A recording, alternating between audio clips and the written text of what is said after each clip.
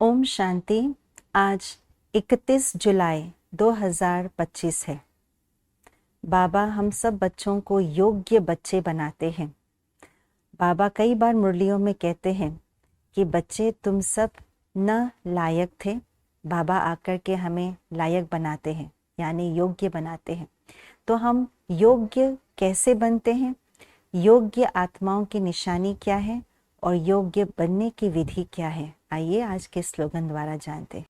योग्य बनना है तो कर्म और योग का बैलेंस रखो।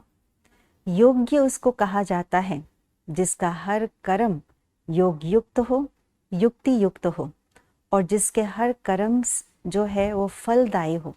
कोई भी कर्म उसका निष्फल ना जाए, उसके हर कर्म में सेवा समाये हुए हो, उसको योग्य कहा जाता है।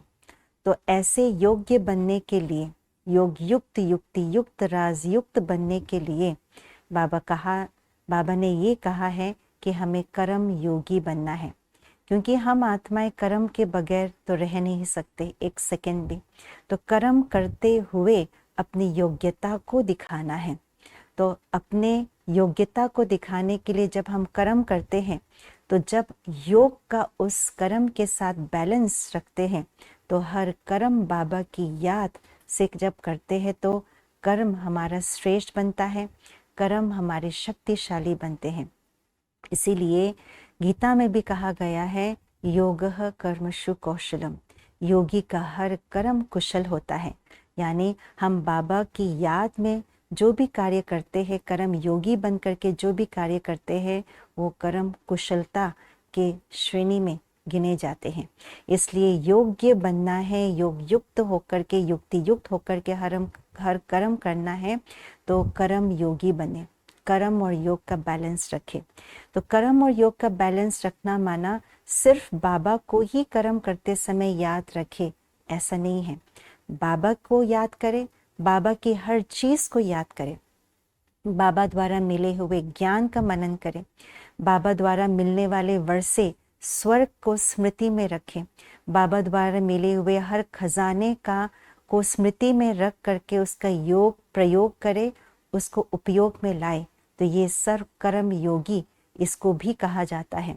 जब हम दूसरों के विशेषता का वर्णन करते हैं और उस विशेषता को देख करके विशेषता को देने वाले, प्रभु प्रसाद को देने वाले उस प्रभु परमात्मा को भी याद करते हैं, तो ये भी कर्म योगी है। तो किसी की विशेषता का वर्णन करना बाबा का याद दिलाता है, ज्ञान का चिंतन मनन करना ये बाबा का याद दिलाता है, वर्षे का याद करना ये बाबा की याद दिलाते हैं। और जब हम एक दूसरे को सहयोग देते हैं इस भावना से, ये हमारा भाई है, ये हमारे बहन है, तो इससे बाबा की याद दिलाते हैं। तो ये सब डायरेक्टली इनडायरेक्टली बाबा को याद दिलाने वाले युक्तियां हैं, और इसको भी कर्म योगी कहा जाता है। कर्म करते समय इन सब चीज़ों को हम स्मृति में रखते हैं तो कर्म योगी बनते हैं, और ऐसे कर्म योगी बनने से हम बहुत ही श्रेष्ठ योग्य आत्मा बन जाते हैं। ओम शांति।